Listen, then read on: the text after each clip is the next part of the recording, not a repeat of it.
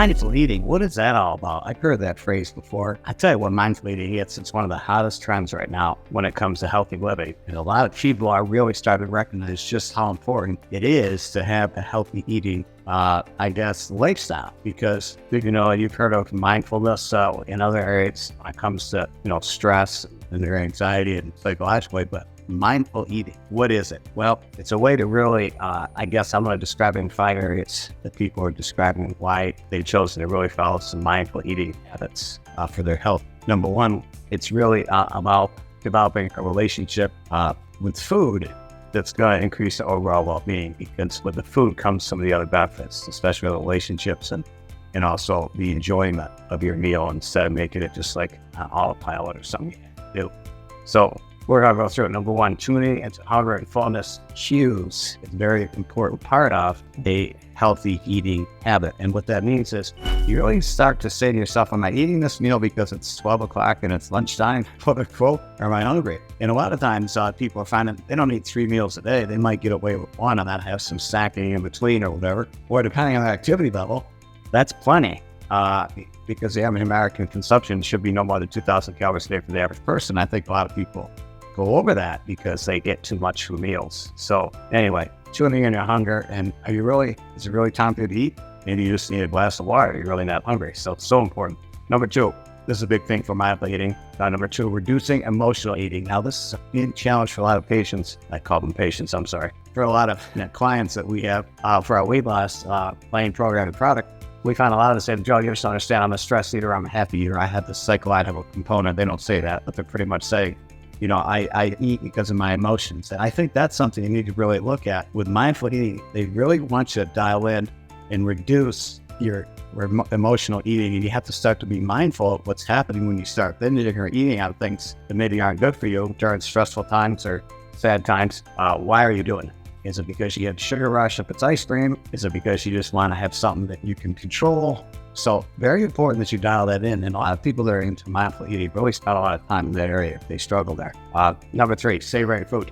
You want to take time to chew and taste your food and really savor every bite, try to get the flavor profiles.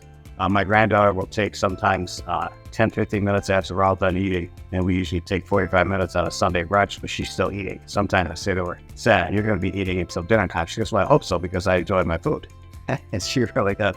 So savoring food, really enjoy every bite, and that's something that she does, and she does well. So when I grow up, I want to be like my granddad. So creating a conscious eating environment, this is so important. So my wife, of course, has this set up all the time. Our table's all set because we have this eating environment that we want to create. And also when family comes over, they know it's going to be centered around sharing a meal together. So important. But we don't, during eating as a family, we don't have the TV on. We get rid of the digital, no boom screens, maybe some soft music in the background, some nice lighting. We don't want to have a lot of bad distractions during a meal, because we want to have time to share and enjoy each other and enjoy our food, but also share and build relationships. So very important that the eating environment is like, and I think you'll find it's a lot better. And the last thing, number 5, cultivating gratitude. Now, we always, as a family, I like to always say blessing before the meal or grace before the meal. But it's not just a Christian Catholic thing. All across all religions, Islam, Hindu, many other religions, right across the board, there's always been something where before they had a meal, there will be some thankfulness or some gratitude for the fact that they had this meal. So this is a very common practice, and people are coming back to this now to recognize it's good to stop and give thanks for stuff that we take for granted, and yet it's such an important thing to do anyway, but especially before meals, you're kind of mindful of the fact that you're going to get nourished, and maybe this gratitude is a good time to share that. So hope that helps. Now, as always, come to for more information, just come to our website, RxHealthyHabits.com. I have some beautiful references in my blog on this topic that are really good, and I really think are going to help you in this area. They could really tell you when you should eat or not eat based on the scale of intensity of hunger. Pretty interesting. But I tell you what, my blog has got some great stuff on this content that we just went over. So check it out. And as always on the video podcast, stay healthy, stay strong, and most importantly, start to look at ways that you can really dial in mindful eating. So until next video podcast, God bless. And bon appetit.